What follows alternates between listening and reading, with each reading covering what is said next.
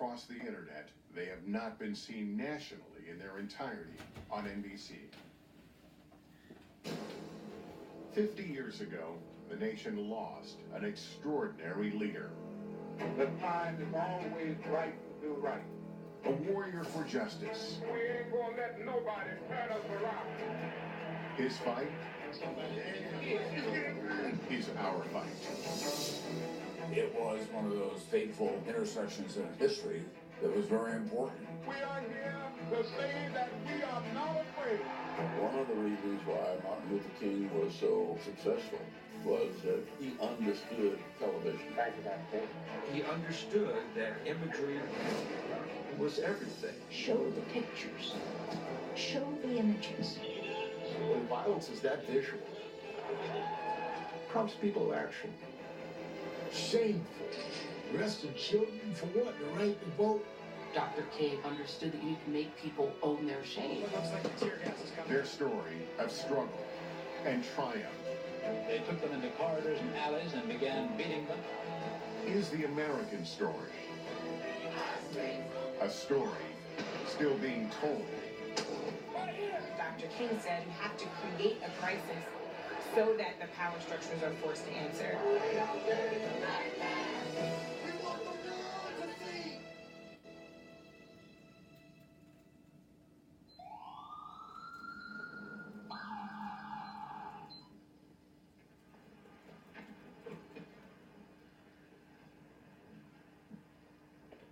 Well, sir, reason I pulled you over your brake lights are out. On July 6, 2016, outside St. Paul, Minnesota, officers pulled over 32-year-old Philando Castile on a routine traffic stop. You have license insurance, sir? I have to tell you, I do have a firearm. Okay, don't reach for it, son. Don't pull it out. Don't pull it out.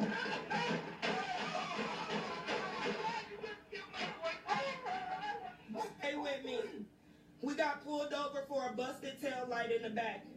And the police he's covered. They killed my boyfriend.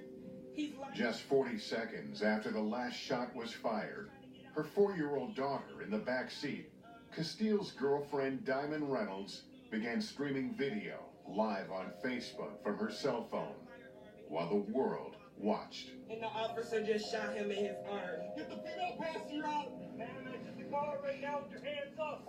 Exit now! Keep them up! Keep them up! Where's my daughter? You got my daughter? Face away from me and walk. We know how this story goes. He was reaching for the gun. I had to shoot him. We know that. She knew that. And she refused to let that be the narrative. She's going to force people to bear witness to this and to see something that has largely been rendered as being invisible in this country. It's okay, I'm right here with you. Before the world ever heard of Philando Castile or any of the other young black men whose public killings awakened the consciousness of the nation, there was 14-year-old Emmett Till and his grieving mother, Mamie.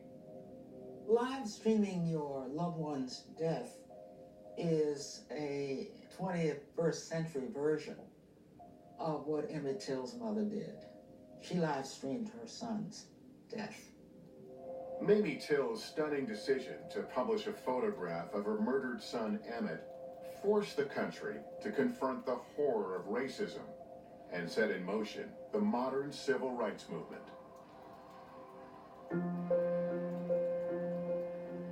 Americans, they can tell you where they were when John F. Kennedy was assassinated, or when Neil Armstrong walked on the moon.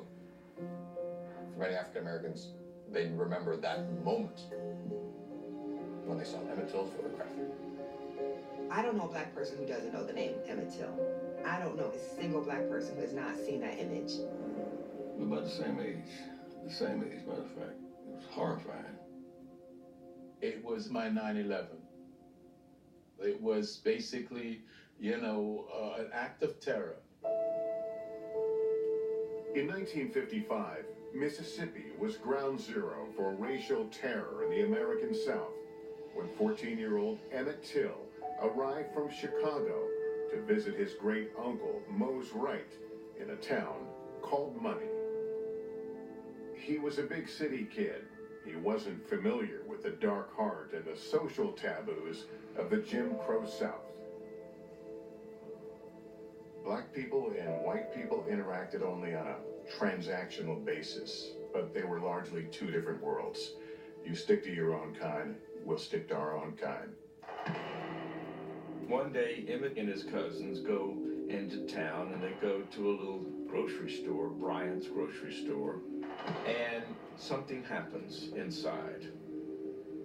According to Carolyn Bryant, the wife of the proprietor, the woman who ran the store, Emmett Till, alone in the store with her, comes on to her and whistles at her. 4 days later, Bryant's gun-toting husband and brother-in-law went looking for the boy at his uncle's house. And Mose Wright begs him to leave him alone. Please don't take him. But they take him, and he never returns.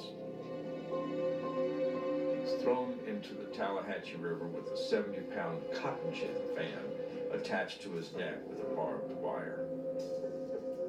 A few days later, a boy fishing in the river discovered a body, beaten beyond recognition.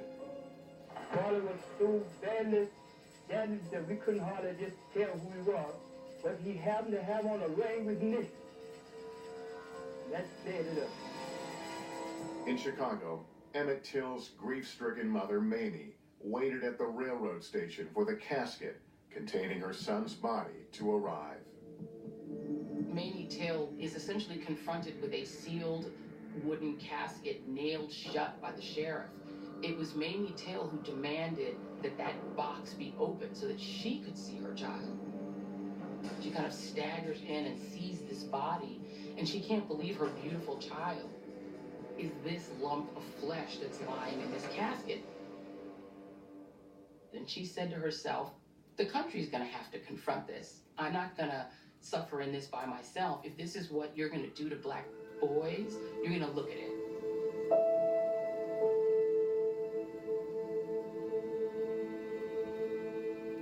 Not only did Mamie insist on keeping Emmett's casket open for the funeral, she invited photographer David Jackson from the weekly black news magazine Jet to take pictures of his body. She and the editors of Jet magazine made the decision that they were going to display this for the country. All issues of Jet sell out. They published it again the next week. All issues sell out. And it's only in the black press owned by Johnson Publishing. The white press didn't even see it at first. There was quite a controversy about why would Jet print this terrible picture. They wanted to make a point, just to show you how bad things were. Mamie Till had something very important to teach. Show the pictures. Show the images. She wanted the world to see the ravages of racism, the brutality of bigotry. I believe that the whole United States is mourning with me. And if the death of my son can mean something to the other unfortunate people all over the world, then for him to have died a hero would mean more to me than for him just to have died. Mamie Till, I think, got more viscerally than anyone that if she didn't show those pictures, he would just be another black boy gone dead. Roy Bryant and his half-brother J.W. Milam were arrested and accused of murder. Their trial was held in Sumner, Mississippi, just 2 weeks after the funeral.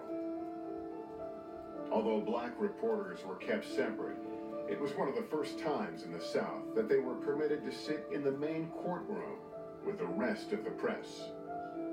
Instead of being up in the balcony, frequently called the crow's nest, they were allowed to sit at a table on the ground floor, not that far from where the white press was seated. That was considered a breakthrough. Among the journalists covering the trial were Jet reporter Simeon Booker and freelance photographer Ernest Withers. Withers' photograph of Mose Wright on the witness stand, defiantly pointing to his nephew's murderers, captured a rare moment. A black man bearing witness to racial terror in a Southern courtroom.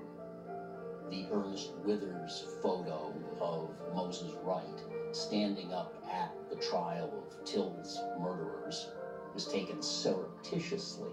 I think that's the number one image that most people remember. The trial lasted 4.5 days. One journalist called it the first great media event of the civil rights movement. I've just received information of an acquittal in the murder charge of Emmett Till in LaFleur County. After little more than an hour of deliberations, the all-white jury acquitted both defendants. It took 67 minutes.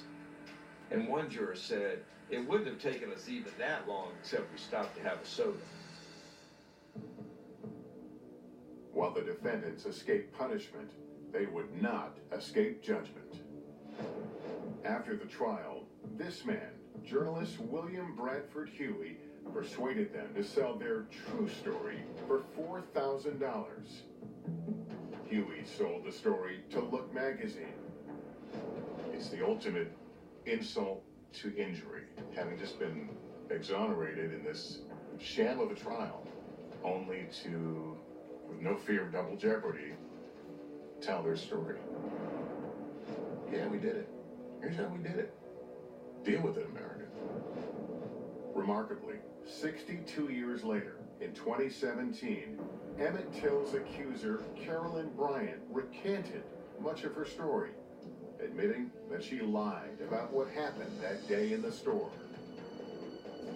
Look magazine never published the graphic photographs of Emmett Till's mutilated corpse, and few white Americans saw them at the time.